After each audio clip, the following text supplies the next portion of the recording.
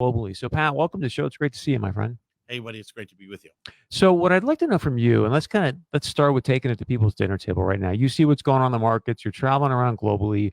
For the people here in Minnesota and North Dakota, what do you think? What do you think is the single most important thing they should be aware of or be focused on as far as their own pocketbooks? I think the biggest thing to understand is that inflation that has pretty clearly been, thanks, Chris, the inflation that's pretty clearly been um, underrepresented statistically uh, for a couple different reasons, but the actual inflation for the average American putting food on their table and buying from the grocery store, it's been understated statistically. In addition, the significant effect of quantitative easing, QE, and then now QT, where you're seeing the Fed with this massive balance sheet that basically normally when somebody sells something, right, they get cash and they reinvest it somewhere else, right? So even if they don't reinvest it in the stock market or the bond market, they're putting it somewhere else in the economy. The Fed was printed and bought up $9 trillion of assets to prop up a shaky market, right, for a long time, even though there were a number of Fed governors who said, don't do this. As they did that, they then said, okay, now I'm gonna delever the balance sheet, which means they're gonna sell. And as they sell, they weren't reinvesting, they were burning those dollars. So literally they're reducing the the the the monetary supply. And as they did that, that's a $9 trillion foot stepping on the ask, just driving it lower and lower, right? Which really impacted the market. And so one of the things that as the UK went back into QE, right? They're now printing more money to buy and prop up their balance sheet. What you're seeing is the Federal Reserve looking out for the banks, not for Main Street. Mm. And as they do that, this is something that people need to understand. When people say, oh, inflation's over, that's not happening anymore. I'm not a buyer of that, right? We're gonna see what people already have felt in their pocketbooks buying dinner in other areas. And I think that we have a structural problem that it's gonna take us a couple of years to shake out. And we need to understand that we're going to see a more robust bond market develop with higher interest rates. People are going to go back into that. And as the money leaves the stock market and goes into the bond market, or it leaves the alts market and goes into the bond market, we're going to see um, uh, really some uh, I would say doldrums in the prices of those markets over the next couple of years.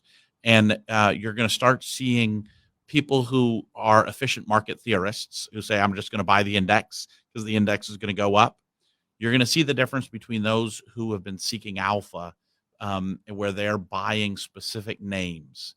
And you're going to see individual names outperforming others. There's not this broad macro push that's supporting all the markets, meaning $9 trillion of buying, right? Instead, you're going to see actual performance in the market and businesses that have to outperform a cost of money that's rising.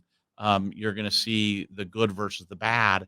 And even the most profitable of the companies in the world, right? Apple, Microsoft, Google, or Alphabet, right? As these guys, Meta, have begun laying off, they're realizing that I just can't price, increases forever. They're laying off and they're trying to manage their companies more efficiently. Amazon, right, said they're in a hiring freeze, right? No more VP or above hiring. Microsoft started rattling their saber a little bit about this. And what you're seeing is people operating their businesses more efficiently. And that's where, it used to be those, the top five were 20% of the market, right? Those top 5 is 20% of the market. And there's been massive sell-off in tech. And if you just own those 5 and a bunch of other index funds, you're good. Now I think managers who are seeking alpha and can find alpha in the individual companies that are well run, or they have a cyclical tailwind or a technology innovation that's going to allow them to outperform, that's where you're going to need to be. So it's a more tactical environment because you don't have this massive strategic tailwind. I probably over answered that question. No, I appreciate all the insight because you've been doing this for a long, long time. And I think one of the things I want to get at is, we've got another meeting from the Feds coming up on November 1st and 2nd. Many people are suggesting it's going to be another 75 basis points. But then you've got ARC's Kathy Wood coming out with an open letter to the Fed saying, whoa, whoa, whoa, you guys are looking at the wrong metrics. And that's what I'm concerned about. And I want to get your take on, can they pull off a soft landing here? Because it seems to me they're always looking backwards rather than looking forwards. So I am not one of these guys who tries to divine the tea leaves with the Fed on a forward-looking basis. And the reason is they're looking at data. They're looking at a lot of data. You look at the St. Louis Fed alone, and where I go, their data is pretty fantastic. The difference is the Fed takes care of their own, which is the Fed takes care of the banks. They don't take care of Main Street, right? And you need to understand that. Kathy's talking about the entire economy, and she's talking about Main Street, and she's talking about the average American putting food on their table. They're not talking about banking, right? And so the Fed is the axiom is the Fed takes care of their own, and their own is not the U.S. economy; it's the U.S. banks. Full stop. So, man, I just to hear you say that, it's like, I know you're right. I want to get into that. One of the things you just mentioned, though, is, hey, look, Chris, these guys, they're the Fed. They're looking at probably the best data on the planet, right? We had, I hate to use names, but I will because it's on tape, so it's okay. We had the Minneapolis Federal Reserve President, Neil Kashkari, in town for an event recently, probably at least within the last 12 months. And he got on stage and he basically was like, yeah, we just didn't think inflation was going to be this pervasive. We're really surprised at how long and how hard it's been. And I'm thinking to myself, you guys have printed $9 trillion. Even I could see it was going to be that. So how do they miss it? So I think I'm going to say 2 or 3 things to that. Number one, you got to understand that the current batch of Fed governors there's a huge amount of MMT kind of ideology that pushes their thinking. And MMT is modern monetary theory, right? And modern monetary theory is I think anybody who is alive with a brain should understand that it's broken. But Ronald Reagan's great quote is, an academic is sees a bee flying and is trying to prove why that's not possible, right? And I think MMT is going to live in academia for a long time, and our Fed governors right now are heavily academic, and that's a problem. And because they don't understand the realities of the market that drive banking and commerce as opposed to monetary policy, that you cannot print your way out of the problem without a consequence. And then MMT believes that there are mechanisms to kind of immunize yourself from those consequences.